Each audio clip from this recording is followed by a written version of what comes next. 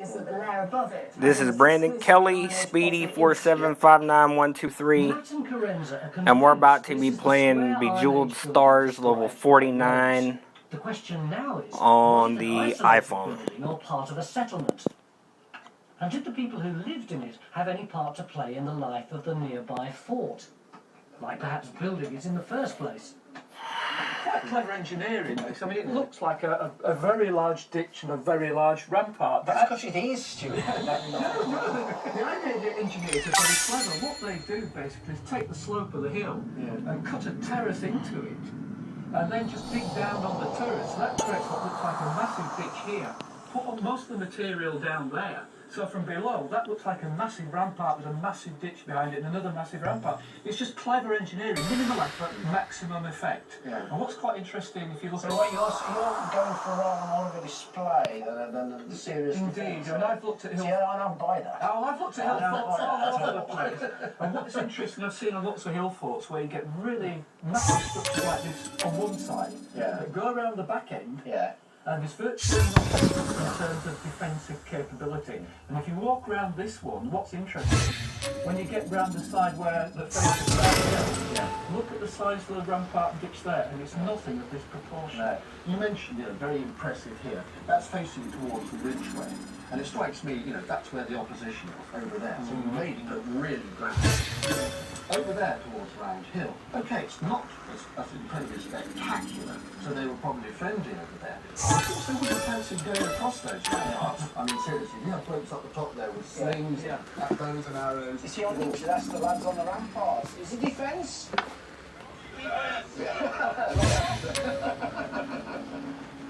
Back down in the valley beneath our hill, here we're trying to get to grips with the enclosure. And although he's hit archaeology, he's somewhat baffled. Well, yeah, it's supposed to be a pit. Here we are on the geophysics. It's this road here, isn't it? Yeah. It's supposed to be that block there. Yeah. But we've got a load of flints, so maybe it's the fin of a pit. Right. We ought to be seeing a picture of the holes on there, haven't we? Well, I think we might have the edge of this ditch coming through now. Right.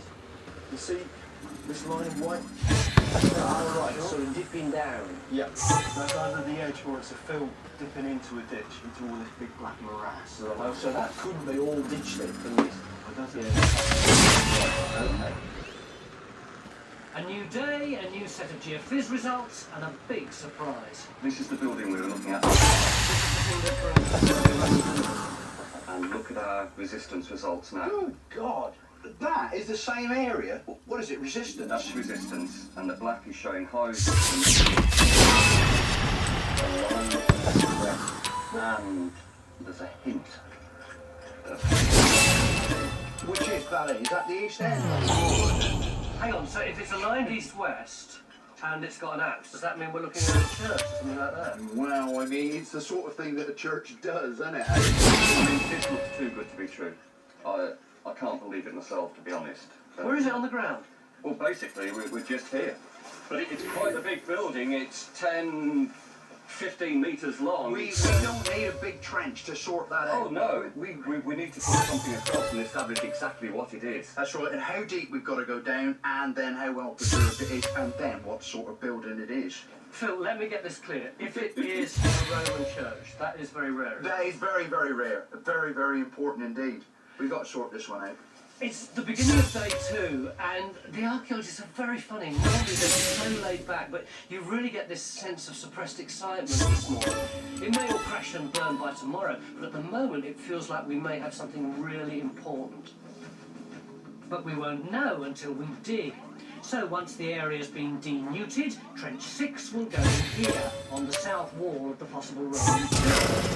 Meanwhile, in Trench 3, Phil's still trying to date the ditch that changes the site, and he's found a tantalising clue. Test your knowledge on road.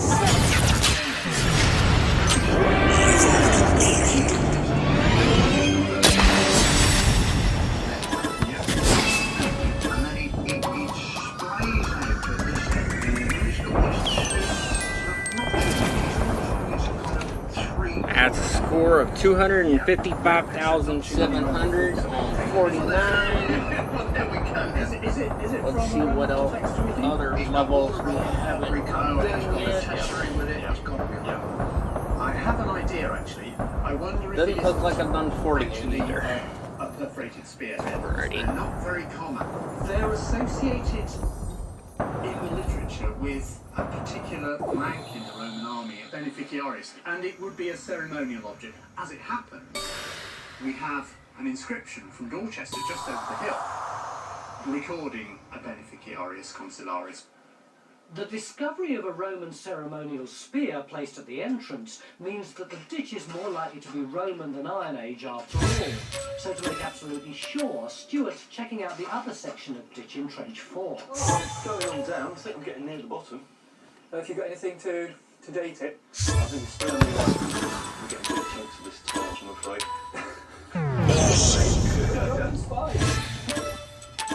It looks as if our chances of finding an Iron Age settlement are quite slim.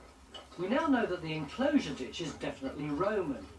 And the geophys results are pointing to a building Roman as well. The only Iron Age building we've found so far is Roman, Trench 5. What started as an Iron Age story is beginning to take a rather Roman. But there's no doubt that this hillfort's Iron Age. And at the bottom of a pit within the ramparts, Tim's team have made a disturbing discovery. This is the body of a small child. How do you know it's a child? From the size of the bones, some of them are cleaning. This one in particular, which is the humerus, this bone here, measured that, and the measurement suggests that the baby was about a month old when it died. Can you tell which way it's lying? We're a bit confused about that at the moment. You got the skull here. So it looks like the head was pushed down right forward. Possibly the body's coming round like this, maybe in a slightly crouched position. At the moment. Why would they have put a baby in a pit? Well, if this was a rubbish pit, as people used to believe, then they're just chucking away a baby with the rubbish. Now, I don't think people in the Iron Age were like that. People have never been like that. So I think that was a deliberate placing, and it's probably quite a reverential. They're sad of it. Do you buy that, Tim? I'm not convinced entirely. I think that there are a lot of burials. But the interesting thing is, you get Roman. And I suspect that they have to use its work. So they may have just put them into the ground where there were convenient holes. This is the prosaic and the poets, isn't it? Without a glimpse of any news, Phil's hot on the and already he's hit a layer of demolition rubble. Layers and layers and layers. It's too early to tell whether this is the rare Roman church we hope it is. But the roof tile of the rubble confirmed that it is at least Roman. A couple of hours later, the traces of the foundations themselves begin to appear. Phil's confidence is growing. This is where they reckon the wall was going to be. And here we've actually got big lumps of mortar, which may actually represent where they've demolished the wall and actually got bits of mortar. And then beyond that is where the geophysics says that the anomalies die out, and we just go into a soil. But if we don't prove that, then the trench is going to be where the apse is. But you decided not to put it where the apse That's is. right. I mean, at the moment, we haven't defined the apse well enough. What we want to know is what the size of the building is. The best way to do that is to put a trench exactly where you've got a clearly defined edge. If you've got a clearly defined edge, that is the best way to start looking for the building. And then if we can resolve that, then we can either extend the trench or put in another one to actually look at the apse.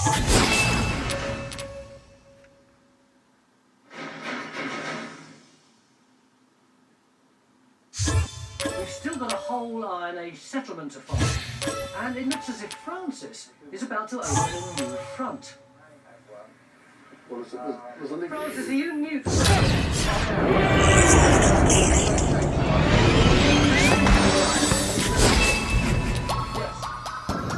less than an hour ago, this said if we do, we mustn't put in any more trenches. What we've got to do is concentrate on what we've got. Yeah, well, I got at him over lunch. Why? Well, I'm reasonably sure, I think we all are, that that enclosure is a Roman feature of some sort. Yeah. And I'm interested in that early pottery that came out of it. And just outside the enclosure here, there's a group of pits. And I've got a pretty good idea that they're going to turn out to be early Iron Age, so I'm really keen to get my fingers on that stuff. So, because you're the prehistoric expert, you can pull rank with Mick, who isn't, basically. Well, I won't say that's what happened, but there was an exchange of views. Why are you excited about this? Well, the thing is, these pits, they were deliberately filled in. The pottery is very good, in superb condition, and we'll get environmental samples out of them. Actually tell us how people were living on these parts of the land. So, explaining what lies in those pits. The geophysics is showing a rash of pits all over the site, which suggests a sizable spread of Iron Age settlement here, if Francis is right, and they are Iron Age. Hence Trench 7 into the thickest clump of them. But in Trench 6, Phil's initial enthusiasm and confidence are fast evaporating. The more he digs, the less of our mystery Roman building he finds. It appears to have been so thoroughly demolished, not even the foundations remain. I would still argue. You can see the cut of the Robert trench going right up to there. Totally away. I mean, we've got no floors, we've got virtually no walls. So when they dismantled it, I mean, they just dismantled it big time. They just put everything away. And that the only thing that was left was probably quite a discreet pile of rubble. So sort of anything that was usable in terms of stone or whatever, they've carted away. Pretty much. Phil will struggle to pick out the outline of the building, let alone work out its function. His only hope is that other parts of it are better. So, more in hope than expectation, Phil's opening a new trench to see if he can find another wall in better nick. The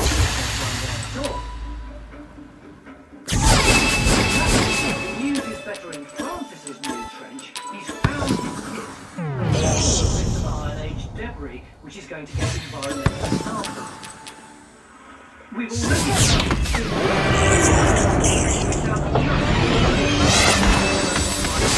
here in the Iron Age.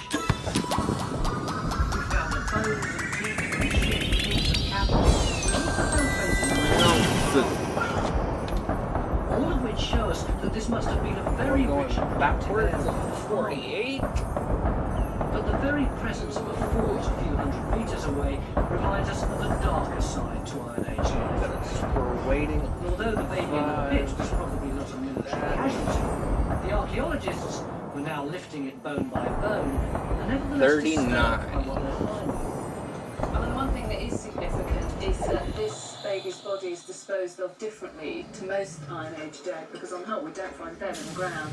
What still disturbs me is that the head is really upside down in relation to the torso. That is the top of the head, that is the lower part of the head, and it's really quite upside down. It could have been a sacrifice. That's quite It's a nasty thought, but it could have been. And once the skeleton was removed, another thing. Well, that's interesting. You see that white stone in there. I've got that before in sort of Iron Age context. They were higher up, in this sort of position here. So it's almost like it does look as if it's a careful ritual putting the baby into the ground, doesn't it? With a sort of burnt wattle and daub structure underneath it, and then the stones placed around its head. So it's quite a lot of care, really. But sadly, we'll never know if it was buried by its parents or left as an honoured sacrifice to the gods. The baby has actually been the least of Carenza's worries. All day, she and Matt have been scraping away from the fire, more of our only Iron Age structure. Unbelievable! Yesterday, they found a mass of Iron Age pottery dating to the 6th and 7th centuries BC, and under it, a cobbled floor surface and some post holes. Today, they're extending the trench, delving deeper into the archaeology, and they found not only more of the Iron Age building, but evidence of a second Roman building. This is the Roman building, the mortar floor, which has got mixed in with painted wall plaster from an earlier building in it, so we know that's an earlier building. And then down here we've got this Iron Age stuff. This is the difficult thing. There's about 8 inches build-up of plough soil here with no occupation in it at all. So that's telling us that between the Middle Iron Age, at the absolute latest, and the 2nd century AD, this part of the site at least was completely abandoned. There's no continuity of occupation from the early Iron Age. Which means not only do we have both Roman and Iron Age stories to worry about on this site, but an uncomfortable 300-year gap between the two when the site was apparently abandoned. What's going on? This morning we all seem so incredibly focused on our mysterious apsidal building, and then we seem to lose that as the walls are decked out. You've just got excited about your pits over here, and John's just given me a brand new lot of geophys with a whole load of other targets. Seems to me we've entered the land of intellectual anarchy. Does it all fit together? What we're getting is a focus towards, if you like, domestic life. You know, what we're seeing here is how people lived at the bottom of those hills. And so I think we're helping to ask a lot of the questions that Tim's trying to answer next door. Now we've got the pits, Francis, it's particularly interesting from my perspective because now we've seen these pits and we can recognise them in the geophysics. We can see how far this Iron Age settlement seems to be extending. And it's already gone way beyond where we expected. We were focusing on one enclosure, but we don't know whether it's part of a much bigger settlement. So, if we have time, it would be nice to look at that as well. I think that's really what it amounts to, doesn't it? By about tomorrow lunchtime, we've got to look and see whether perhaps pop in a machine trench across that. Well, we're not going to walk away from our Roman building, are we? Well, Phil says it's been pretty well trashed. It's been Snap photos of your receipts and get organized. the ghost of a building. Import and categorize expenses. We can still find out something about its scale and even its character. So I think there's some mileage in it yet. So a limited amount of work just to solve that would be useful. Yeah, I think Working for her apps? Yeah, let's go for that as well. It's So tomorrow, more geophys results to explore, one last stab at the possible Roman church, and hopefully an Iron Age settlement to go with the fort. It now looks as if the settlement was far bigger than we imagined, and we want to know more about the people who lived here. Who were they? How long were they here? And what were they doing? We've only got one day left. But we can't ignore our search for what we're hoping could be a very rare Roman church. Yesterday we were very depressed when we thought it had been robbed out. But this morning feels looking much happier.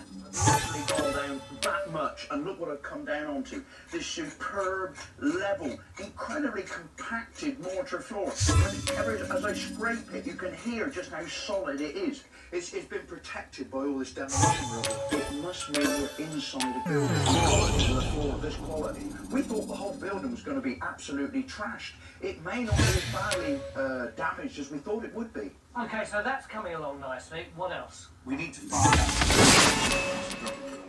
This is my apps. It is, it's your choice. So where's the trench for that? Oh, sorry about that. Yeah, that should get the end of the building. Maybe get the axe, presumably. Why did you say, We'll get the western end of the building. You don't think it's an axe? I'm not quite as confident. Certainly the end of the building. Certainly the end of the building. Geophys are extending their search towards the hill fort to see how far the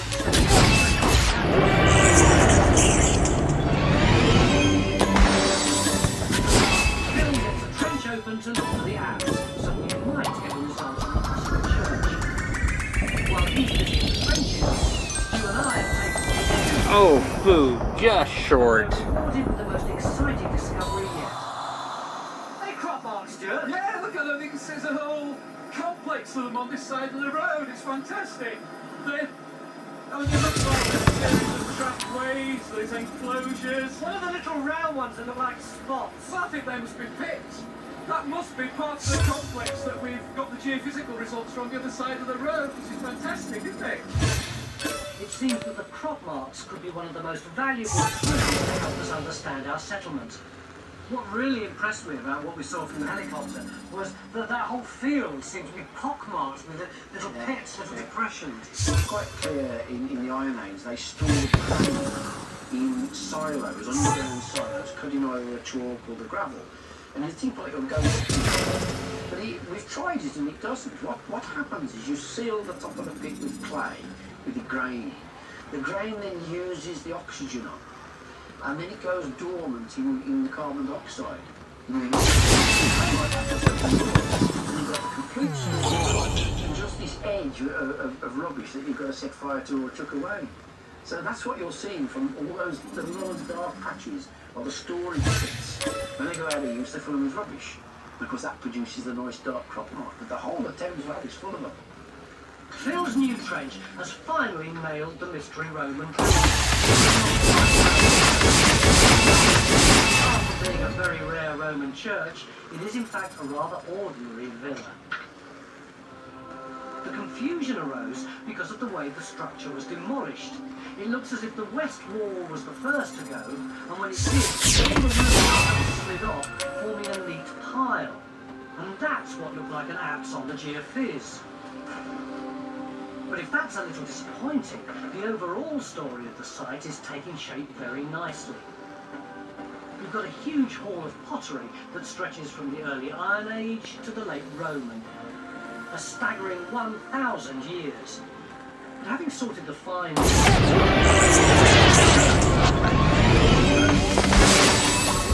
is Middle Iron Age, and I had to work quite hard to find any Middle Iron Age material. Alright, that's a new record on 38.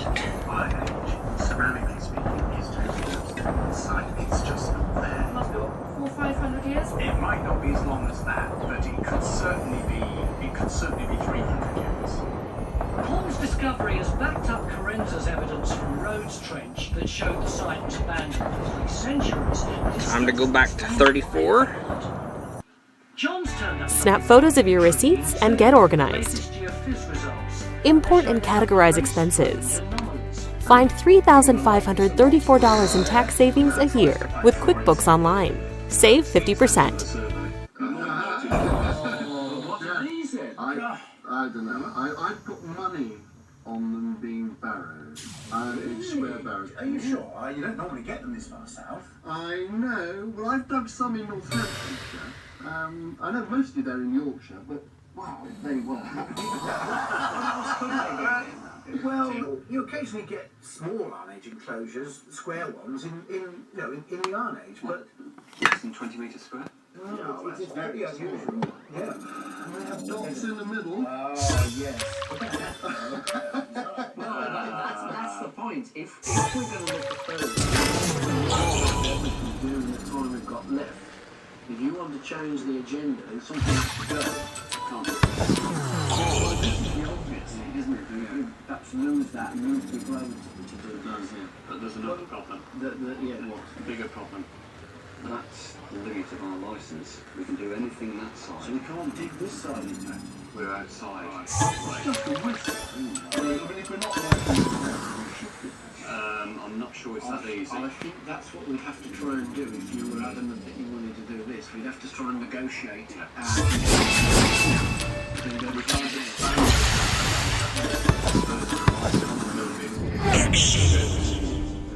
I think that makes sense because the hill fort's just off the plan.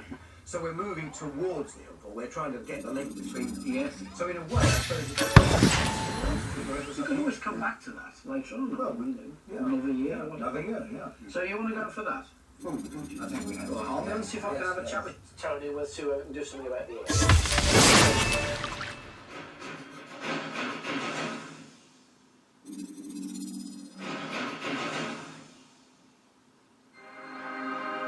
While we wait to get the go-ahead for our new trench, Stuart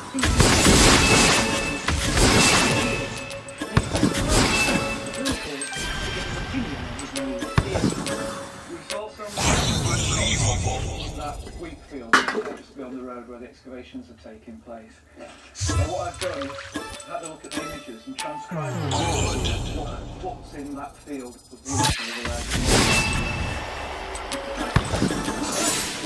There's the road, there's the farm in the distance. Yeah. This is the enclosure that John found on his geophysical excavations. So there's a whole complex of things just to go around the road. That sort of resembles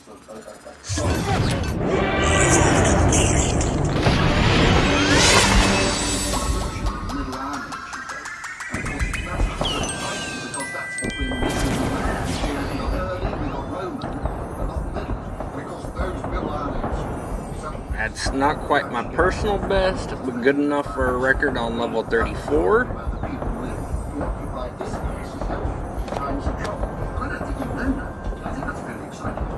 We've had the okay to shift the T-zone, but with time running out fast, we're desperate to get started. Anything that looks or feels like a nuke, if you find one, tell me. There's no way of bypassing the nuke management scheme. These things can't be hurried. And after a rigorous fingertip Snap photos of your receipts and get organized. Import and categorize expenses. Find 3 see if they can find a square barrow with an intact Iron Age burial. That's better, isn't it? Fractures hit the bottom in Francis's pit, and as we'd hoped, the pottery is confirming that the pit is early Iron Age, and it's contemporary with the hill fort too. The two old troopers are putting us to shame with their perseverance. Francis? Yeah. Leave them down. They've been hard at it for 3 hours, and already they've nearly finished. Yeah. I tell you what though, Phil, if that pottery turns out to be exactly the same as my pit over there, then you're talking about a hell of a big trouble, aren't you? Oh, yeah. Yeah. You're blowing as much as I am, you old boy. Well, I've been digging a dish. And on the other side of the site, underneath the flints, Ian's uncovered another large pit and a vast piece of pot. That's extremely impressive. I think it's about ready to come out. Okay. Fantastic.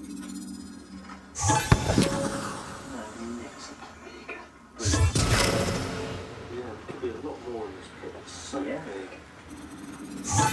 It's a very slack profile, not very pronounced, and I think it's very early Iron Age. So we're talking about 7th century? Yeah, why not? Yeah, that sort of thing. Right. Yeah, I think that's really good. I mean, that's such an impressive piece of pot. And it's a hell of a big pot too. This massive pot was made locally and was used more than 2,500 years ago by the farmers to store their produce. Well, you've got a nice selection of mostly early Irish shirs. Yeah, that's what hang on, snap. Oh, good lord, looks like a little weight now. Look, there's the perforation through it. It is, good lord, yes. Look at that. So the... You reckon? Yeah. Technically, it's an actual I don't want to know what it is technically. I want to know what it is. Yeah, it's a cracker. It's a sort of sausage of clay, which you stick a stick through to make the hole, and then you hang it to the bottom of the loom. You get a row of them, and it tensions up the fabric. Well, these cylindrical ones, you don't get them into the Iron Age, do you? No, I don't know so. No. So that pushes the storage back by a couple of hundred years. Yeah. Wow. I mean, we've got enough pottery here as well, I think, to suggest that people because it looks like we've actually got structural evidence here. Oh, Look, yeah. we've got a post hole there, and we've got one in there as well. So we're beginning to get actual buildings in this enclosure. Come on, look at my I was going to say, not a lot in it. But the main thing about this dish is that it's very V-shaped. I can't see any barrow material slipped on the inside, and the finds have been, well, yeah, on the sparsish side, yes. That came from high up. The shape is nice, yeah, I mean, for a possible barrow, but there's no evidence for a barrow mound having slipped in.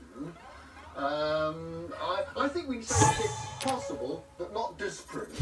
yeah, let's be honest, we've got plenty of evidence of people living here. We've got pits with the I tend to believe that we haven't got a burial here. We've certainly got a nice little domestic enclosure. Yeah. I think it's all a case of we could have both. Yeah. After all, the pits are earlier, they're late Bronze Age, early Iron Age, and this is new Iron Age or later, so they could turn over and do something else. Yeah, I'll go along with that. Yeah, all right. Let's overall, extend. No, right. You want that as a JPEG? Back in the incident room, Neil's combining the mammoth geophys survey with Stuart's crop marks and adding them together to make one grand plan. Well, there we are then, Tony. We promised you the complete picture with all the evidence, and there it is. I'll explain what we've got here, Tony. Do you remember all the crop marks we've got from the helicopter? There's the detail of them here. What we've done is transcribe them onto this shot. And you can see these are the lines here. We seem to have two curved borders here, with trackways and roadways and so on. And what I've done is highlighted in red where I think you've got two settlements effectively here. This purple line I've highlighted is a very straight roadway, very distinctly different from this group. It's heading straight towards that Roman enclosure there. What's this, Stuart, called these settlements? They look like aliens. They're very funny settlements. They're known as banjos.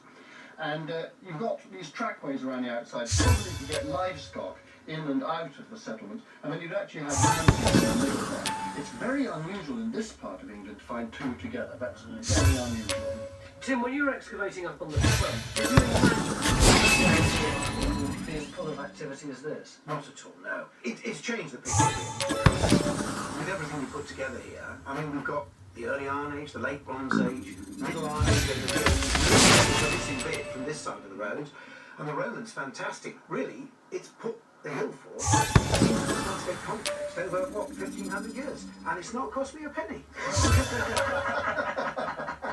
Don't you believe it? The story of the area goes back to the Bronze Age, nearly 3,000 years ago. We now know that the hill fort was first built in around 600 BC. It shattered the thriving community of early Iron Age farms, which stretched from the very earliest structures immediately below the ramparts to Carenza's farmstead and into the distance. Then 300 years later, they moved to a new banjo settlement and used the hill for farming. Eventually, the hill fort was abandoned, and a Roman villa was built here on the southern slopes of Round Hill. 3 days ago, we came here to try and work out the relationship between this landscape and that hill fort. Like most of us, I thought the answer would come from the most obvious feature around here, the top of Round Hill. But if I've learned one thing over the last 3 days, it's to look beyond the obvious. The answer actually came from the air photos, those amazing crop marks, the thousands of pieces of pottery and building material, and last but not least, the most extensive geophysical survey Time Team's ever undertaken. All of which helped us to tell the story of the largest archaeological landscape we've ever discovered. Oh, and we didn't find a single newt.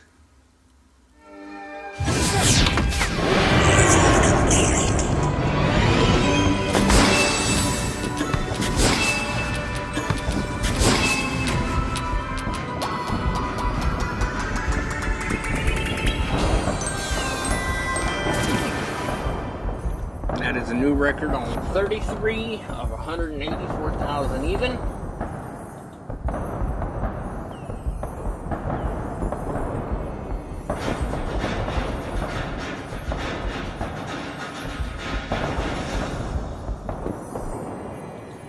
Welcome to Dorset and the windswept landscape of Cranbourne Chase, an area that archaeologists have been drooling over for years because it's jam-packed full of archaeology. Take this field, for instance. Recently, We're gonna go do level 30. discovered here, and the local farmer wants to know. QuickBooks makes it easy to manage small business expenses and saves you time and money. Strictly speaking, it was some pigs who made the discovery. They were rootling around in this area over here when they unearthed a mosaic floor and lots of bits of wall and Roman tile like this. Apparently, they're part of a large Roman building, but it's the wrong shape for a villa. So what on earth could it be? And are the burials up there the people who live here? The farmer is desperate to find out, and I've promised him personally that over the next 3 days, I won't let him down.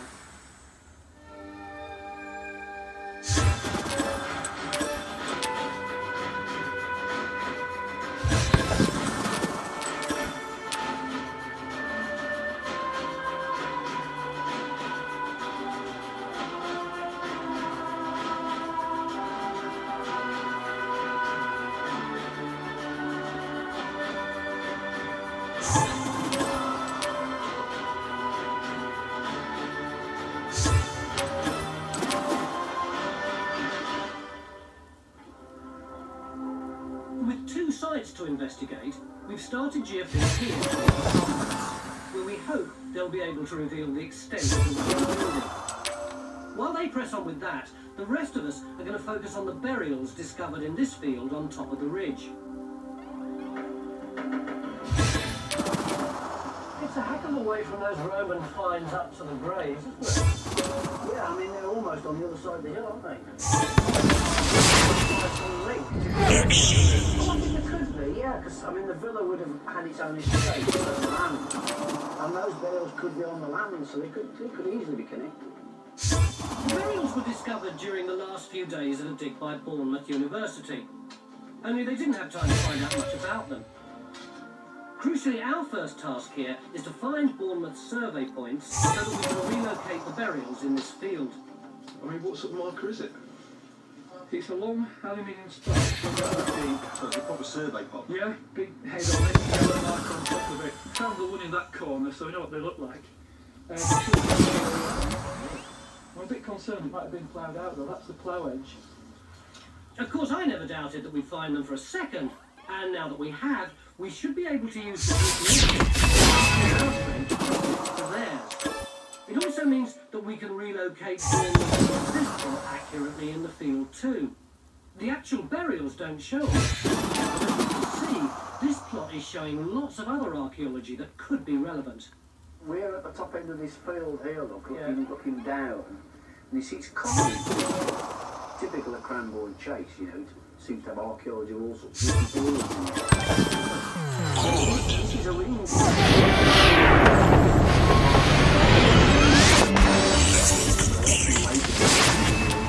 Presumably these are field belt. I think we've got some land divisions running across here, but as you say, these smaller areas look as if they're Iron Age or Roman British fields. Where's that burial? Well, we've got two areas, and one area up in a ditch here, and then a bigger group down in the middle here. That's where our trench is going in, because we've got burials here, we don't know what date they are. Is this our lads here? Down in the middle there, yeah. So what the first thing we're going to do is try and find out what date those burials are. So as Trench 1 gets underway over the burials, near the farmhouse, our historian guide in our bedway finds out more about the Roman building. The pigs? Yeah, the pigs. When the pigs were out in the whole of this field, so they used to come back with their little mosaic cubes, and then they dropped them into the water troves, and I thought it's time to investigate a bit further. So you have had an excavation? We've had a little excavation just over the far side there where we discovered the mosaic floor. Lots of Roman roof tiles just scattered on the surface, and when you actually cultivate open graves, you can actually build a track going over other buildings. So how far do you think the building spreads? You can definitely see a platform. Yep, I can see further that. out. So have you got scattered excavation everywhere? Yes, so it's much bigger than that. I think so. Up on the ridge with the full team at work, it hasn't taken long to whip off the turf, but somehow we seem to have opened up our trench on top of where Bournemouth was.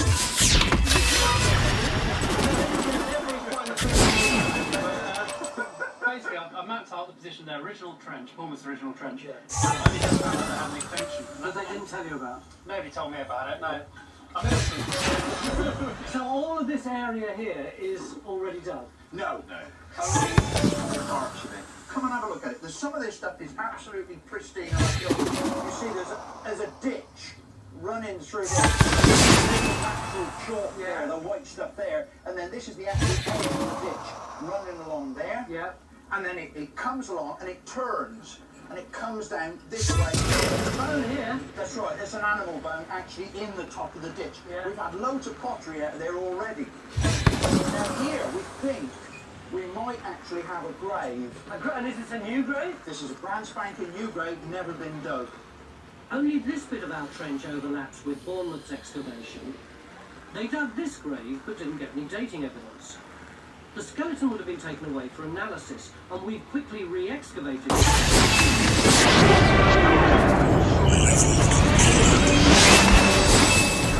And no bones in it, so it's definitely been excavated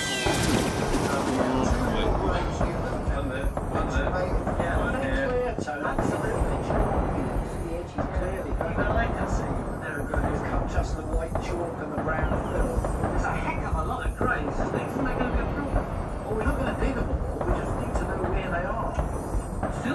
Extra level 29.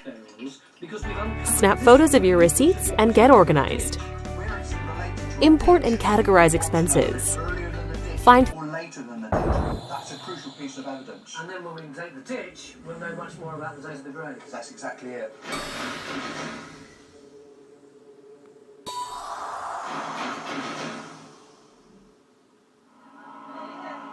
To find out how big this burial area is, we're opening a trench on either side of Trench 1.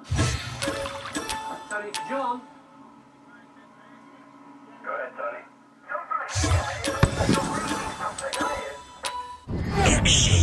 No, we're hard at it, Tony. How long before you get here results, do you think? Probably an hour or so at least. When you're at one end, you've no idea what's happening at the other. Thanks, John.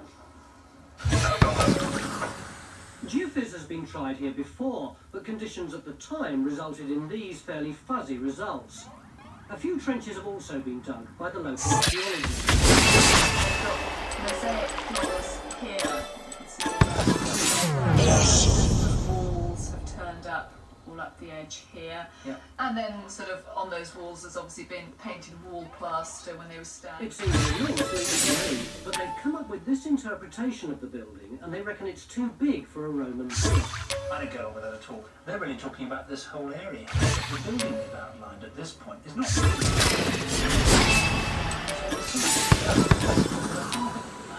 So it could be a villa, but Guy also has another idea. But this house does sit on the edge of a large area with the Cranbourne Chase and Salisbury Bay, which has traditionally been associated with having no Roman villas. Some people say perhaps this is an imperial estate, farmed for the emperor's benefit, owned by him. So, one possibility, I guess, is that this place could be the administrative centre, a building that has a very large set of facilities for the procurator, the government official, who would Well, but Guy, you know as well as I do that actually in this area in Norfolk there are villas popped up all of the time. There are far, far fewer than over to the west. Well, it's got our experts thinking and arguing. But does the Roman building have anything to do with the roof? Do they even date to the same period? Thankfully, we've got several burials with us today who might be able to tell us. It's a Roman flanged dish. Flanged meaning just that bit It's got a sticks out? sticky out, exactly. Any idea what it would have been used for?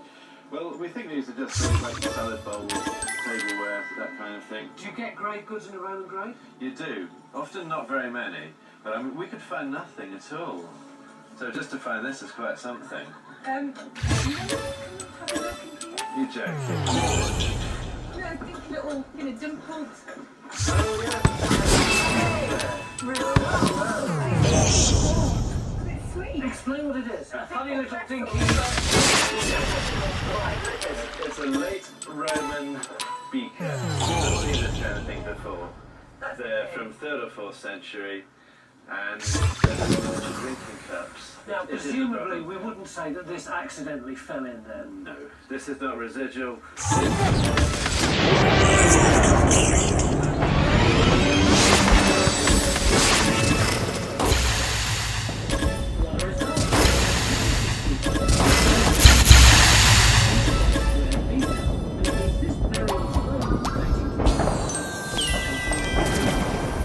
It's quite possible I'm dreaming. That's a new high score on level 29. Exactly what we're looking for. We've got another discovery over here in Trench 2. There are no graves showing, but what we've revealed is further evidence of the ditch found in Trench 1 that runs underneath this burial. It appears to be full of You gotta do 24 yet. pottery that will help to establish the date for the Robinhood is an investing app that lets you buy and sell stocks, ETFs, and cryptocurrencies all. So it's deliberate, isn't it? It is. Yes. So we got another pair of There's another one, look. There we go. How are they doing it like that? Here we go. I think that is. It's got its two fingers pinched, and it thumb and finger pinched like that. We'll have to wait for the final word on this when our expert on Iron Age pottery arrives tomorrow. It's a very noble pot, that is, isn't it? Yeah. Glorious. Meanwhile, I'm feeling a bit nervous because I'm being allowed to excavate what is, at the moment, one of the most distinct finds ever discovered on Time Team. Have you found one of these before? No, never. Am I being too... No, you're fine. Yeah, that stone's embedded in the rest. You can go further onto this area here. Ow! Are you sure? Yeah, it's fine. It's the stones that are unnerving. You don't yank them up against actually underneath. That's right, yeah. Hello, David. I believe you've got a Roman coin for me. Yes, it's not a terribly good coin, but... Genuine Roman. Right. Late 3rd century. See the little radiant crown around the top there? Yes. Barbarous radiant. That's right. This late 3rd century coin fits the date of the Roman beaker I'm excavating.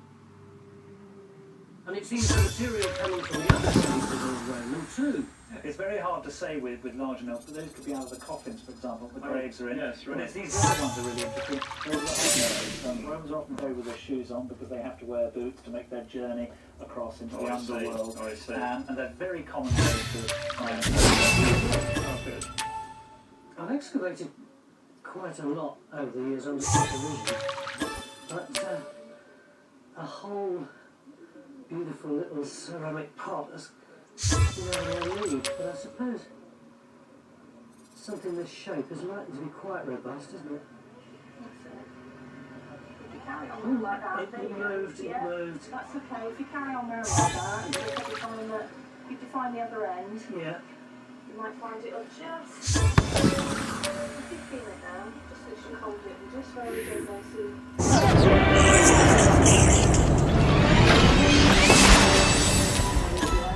Come on, darling.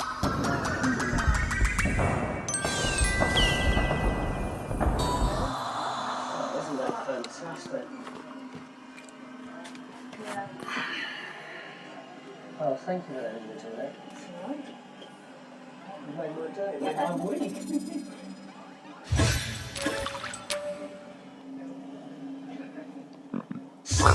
Also, we've been concentrating on digging the graves on the far side of that ridge, and no wonder, because they're really exciting. But the job is to see if we can link them with the building down here. It's 4:20 day one, and we haven't even started yet. Any chance, John? Well, we're getting there, but slightly. It's not good conditions for resistance. It's been too dry. The spread of building rubbles making the results very although they do seem less the suggested outline of the building. To start with, John thinks we should put a trench in here. Well, certainly that's like the darkest area. No rubble and stuff there. So yeah, let's start with that. With the archaeology close enough to the surface for pictures on Earth, our trenches here to begin with will be hand dug. Straight away there are a few bits of tesserae or Roman mosaic floor coming up. I know that more than anything else, the farmer Simon is keen to find out more about his Roman building and hear what our experts make of it. Pretty good day one. Yeah, I think we've begun to sort this out, this bit here. In what way? Well, we don't seem to have any burials in that trench over on the far side there. We've only got one possible one in the end here. It doesn't seem to go much up the slope, so if anything, it's only coming this way. So we've almost defined the extent of it on the side of the hill here. And what about our mysterious Roman building? Yeah, I still wonder about it. The favourite option seems to be a villa, but I keep thinking of other things. I shouldn't mention it, but I have wondered about a temple. You've just mentioned it? Oh, yes. What about this find? Yeah, this is lovely, isn't it? This little New Forest drinker. But it's got something in it. You hear that rattling? Yeah, I hear it. So I don't think we just unpick the soil and wash this. I think we get somebody, a conservator, to have a look at it, just in case there's something in there that's of interest. So, end of day one, we've got lots of graves here. We've got that fantastic, enigmatic building over the ridge. Yeah. And we've got this. And if we find something like this on the first day, who knows what we might get on the other 2 days. Yesterday, to my amazement, we quickly managed to establish that these burials are Roman and date to around the late 3rd to 4th centuries AD, and we'll find out more about them over the next 2 days. But the archaeologists also want to know how the burials relate to some of the other archaeology showing in this geophysics. Further, Bill wants an expert's opinion on the decorated pottery discovered yesterday.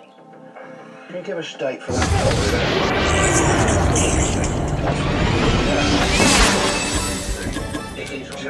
very late holiday. It's classic for this part of the world. Well, that's excellent, because that does confirm what we were thinking, that this ditch is so much earlier than our burials. It means that we now know this ditch is late Iron Age, and that the Roman burial we've discovered here must have been put in after the ditch had long gone out of use. Spurred on by our early success, Phil's now widening Trench 2 to investigate yet more archaeology. We're gonna go back and try level 15. Snap photos of your receipts and get organized. Import and categorize expenses. It's actually quite substantial. This is good fill material. That's right. All this brown material is the actual feature, and then you've got this distinctive chalk line that comes along there.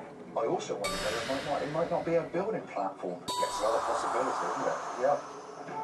Over near the farmhouse, we know we're excavating a Roman building. We're just not sure what it is exactly, or if it existed at the time of our 4th century burials. Although it's early days in terms of digging, Guy has been looking for clues to the date of the building by examining the farmer's collection of finds. Simon, I've been looking at all these finds that you've got. Now, did they all come from around the villa or a bit further afield? They come from all through the bottom of the field. Right. So all over? Yeah, all over.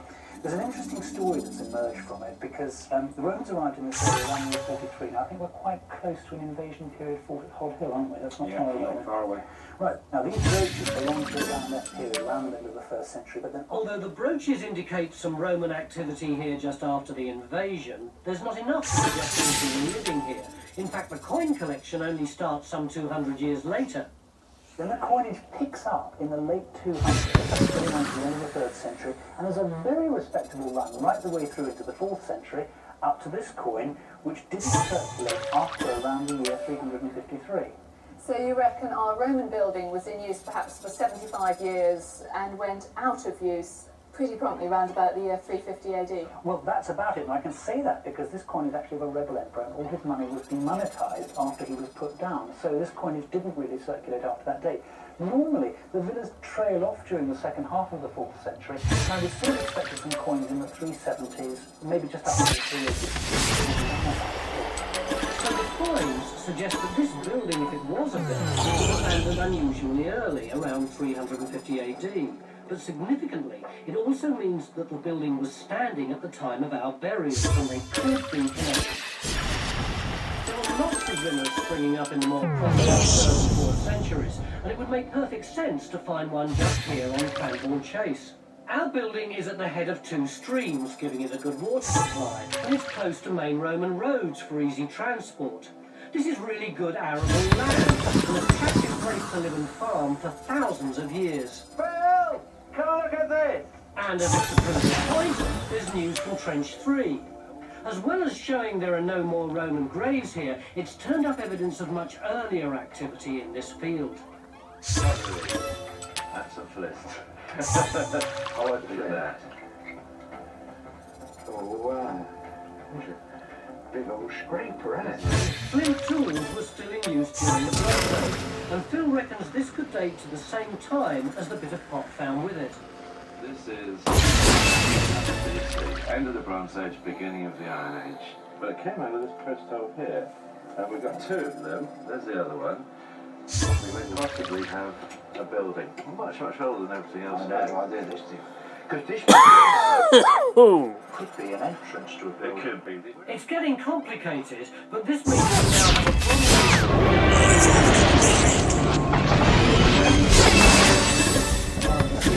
around 100 BC, and of course our Roman burials done sometime around 300 AD. Good stuff.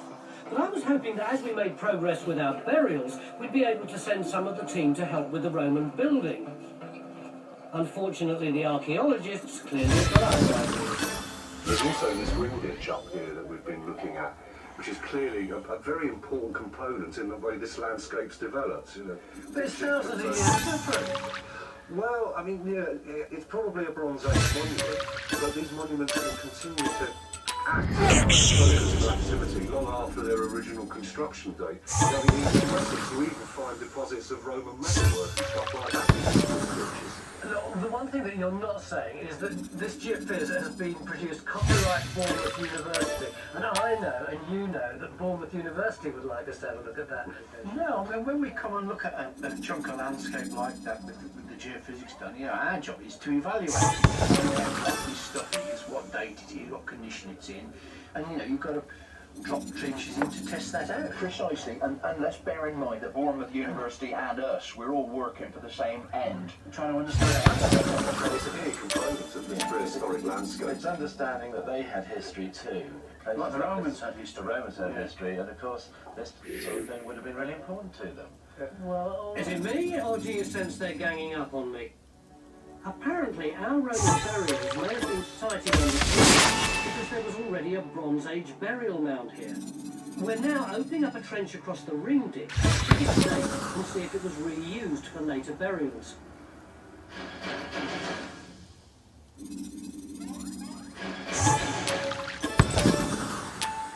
Mick, meanwhile, hasn't completely forgotten about our Roman building. And despite the fact we are making progress, although Bridget still has a jumble of walls to make sense of, she's got a theory about it. We are actually below a tesserae floor. Right. This could be a heating channel. I mean, it's just speculation at the moment. The net would actually come up around here and then go off this way and go off along this way here. What makes you think that this might be all underneath the tessellated floor? Well, it's kind of got. Oh, right. It's everywhere. We've got loads of wall plastering around, some of it decorated, all of it red and white. And all of that has been found in this tiny little area here. Right. So, you know, if you have removed the floor, gone through it, then this is potentially the heating channel. Have you got anything? No, we have this here, I think. It looks like Carenza's found the remains of a Roman plunge pool. Corner of wall in this end of the trench, which hadn't showed up at all on the geophysics. It started to go down here, so we extended the trench back. In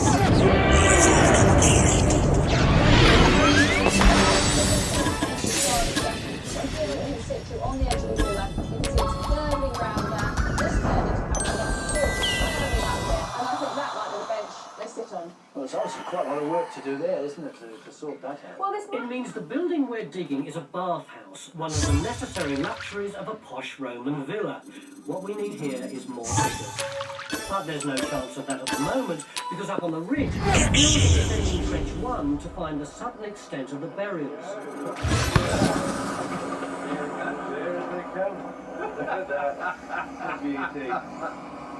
So, we haven't got the end of the 73 yet. Given that we're also putting a trench across the Bronze Age ring ditch, which means we may reveal burials from other periods, Mike, our expert on death in Dorset, has arranged to show me how much burial practices have changed over the centuries. So this is going to be a timeline of burials, is it? That's what we're going to do. We'll start you off 4,000 years ago, 2000 BC, southern Dorset. Here we are. And Bill here is dead. Don't try this at home. What you're about to see is a Bronze Age beaker barrel. He's going to be in a crouched position. Men go on their right side, women on their left side. And his body's going to be really tightly crouched.